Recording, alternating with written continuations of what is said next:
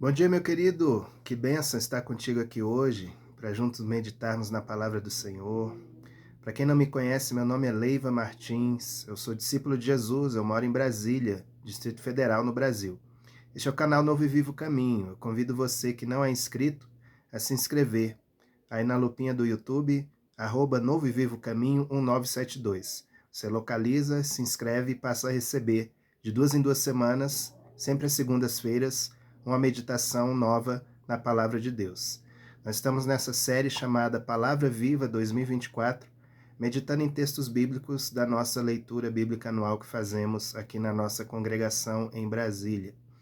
E hoje eu selecionei para comentar contigo uma reflexão em cima de um trecho do livro de 2 Reis, os capítulos 5 a 7, que conta a história de Naamã, e eu quero me deter no comecinho aqui do capítulo 5, nos versículos 1 a 6, que eu vou ler para você para introduzir o nosso comentário.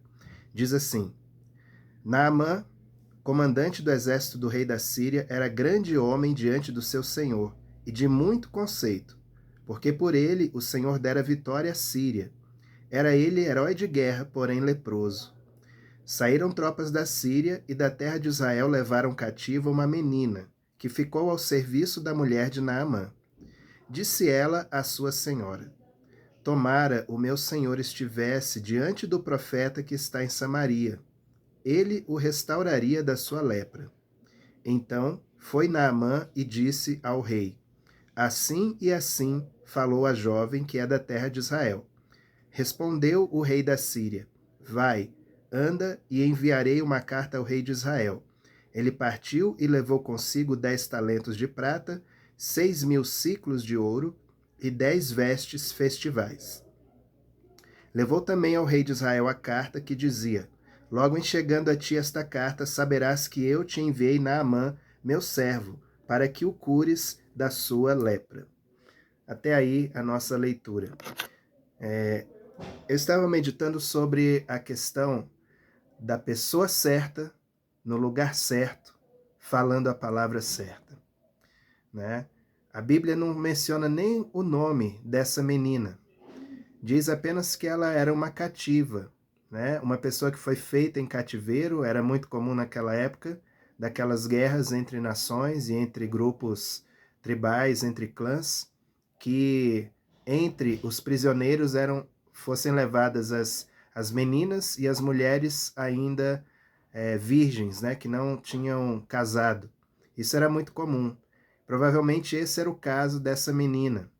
E dentro, né, do contexto histórico, essa menina era um despojo de guerra, era assim, uma prisioneira de guerra, era alguém na condição mais humilhante de um ser humano, né, naquela contexto social do Oriente Médio. E mesmo assim, né, ela foi colocada para servir junto à mulher do general Naamã. E observando, né, a intimidade daquela família, ela fez essa consideração, né?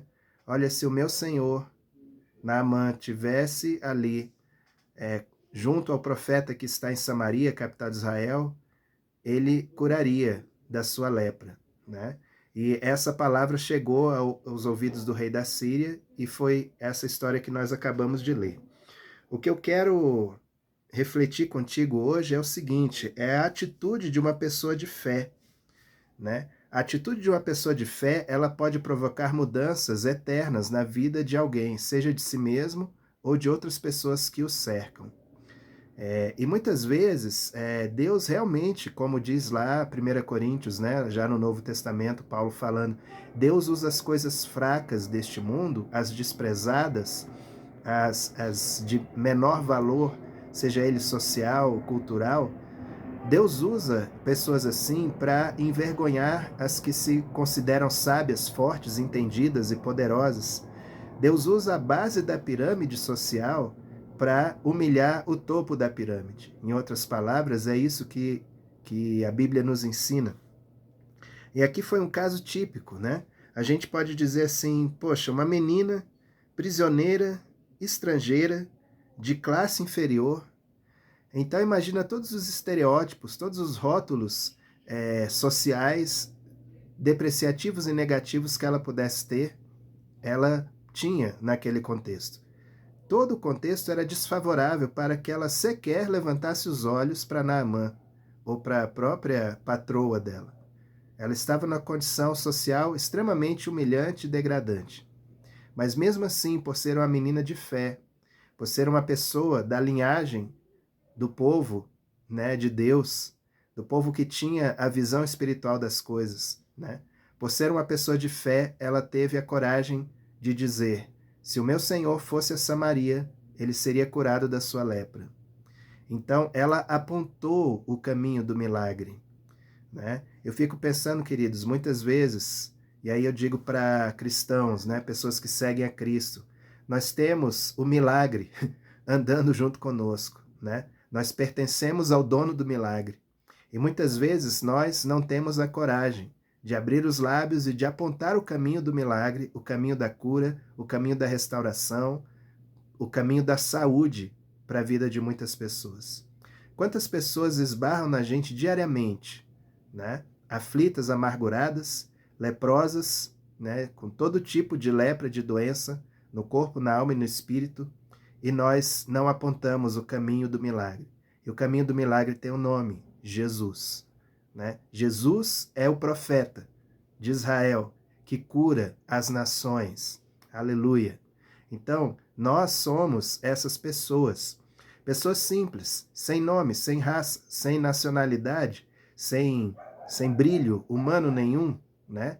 Eu e você, quanto mais nos abaixamos nesse sentido social, mais a glória do Senhor repousa sobre nós, para que a gente possa proclamar o Evangelho com ousadia àqueles que hierarquicamente estão superiores a nós, né? Imagine, você que trabalha aí, qual é o cargo máximo, né, do lugar onde você trabalha?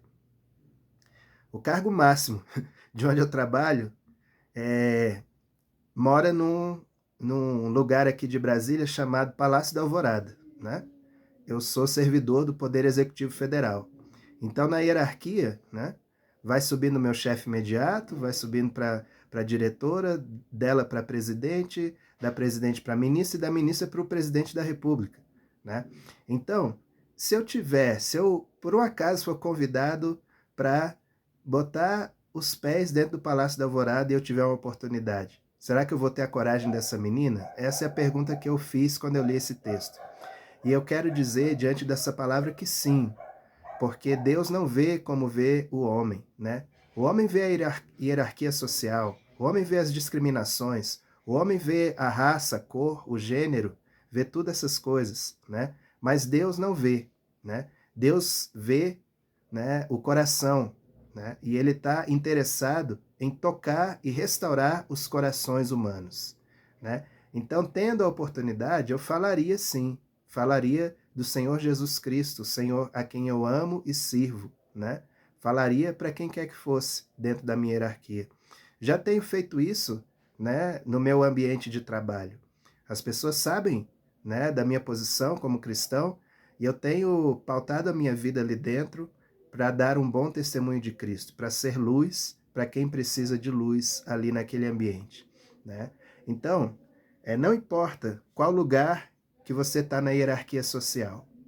O que importa é se você tem uma conexão com Deus eterno.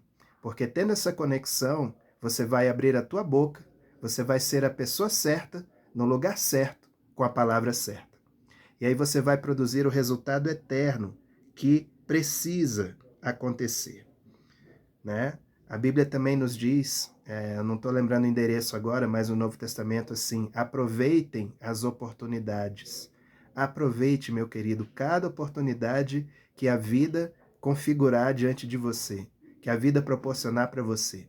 Aproveite, porque pode ser a última chance de alguém ouvir do Evangelho, ou de você proclamar o Evangelho. Aproveite, não deixe de proclamar a palavra do Senhor, né? Porque a palavra do Senhor é poderosa. Pode ser que você não veja os frutos, né? Mas a pessoa vai ser alcançada e os frutos vão repercutir por toda a eternidade. Aleluia. Então, querido, Essa é a palavra, a reflexão de hoje, né?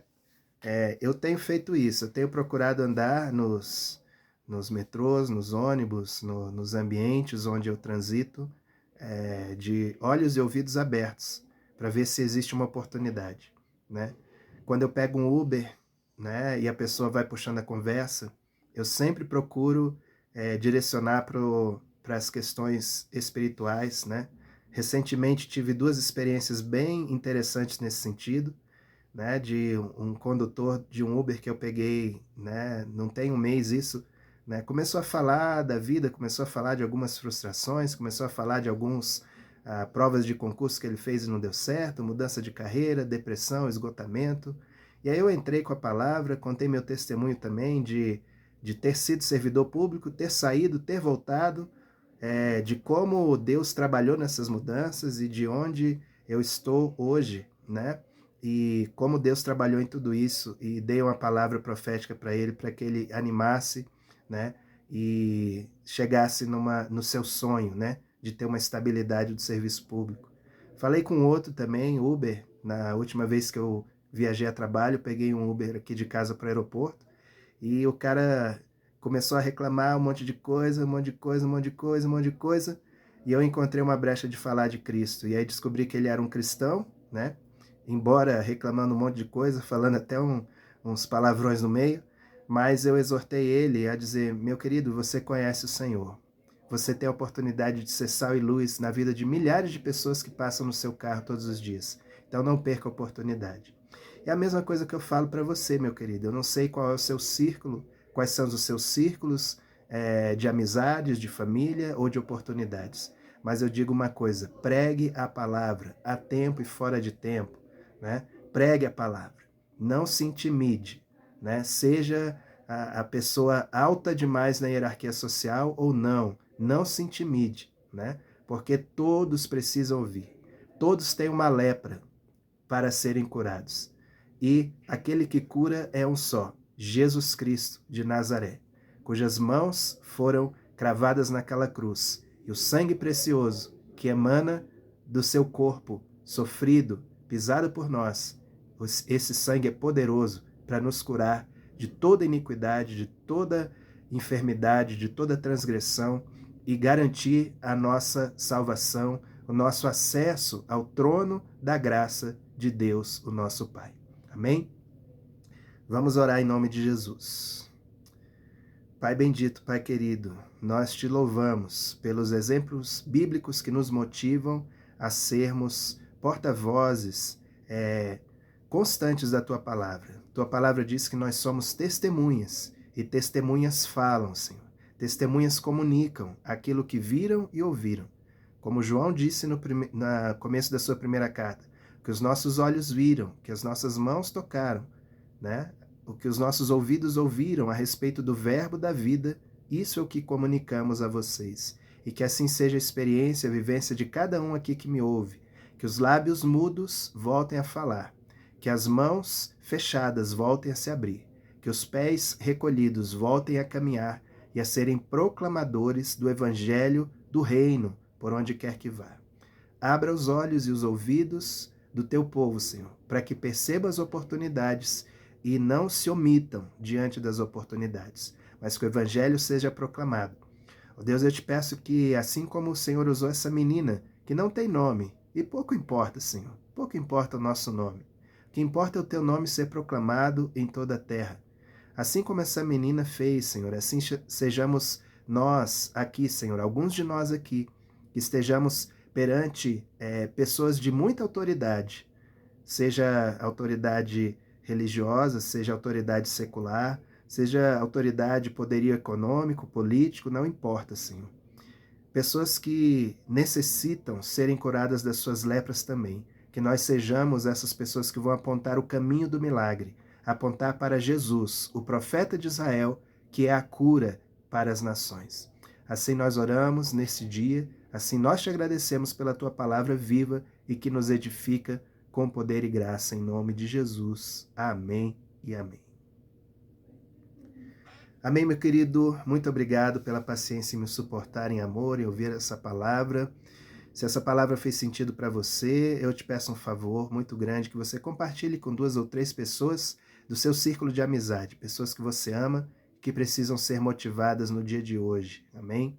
Que o Senhor possa abençoar a tua vida, a tua caminhada, possa abençoar a tua casa, a tua família, tudo que você tem, tudo que você é, em nome de Jesus, e seja luz.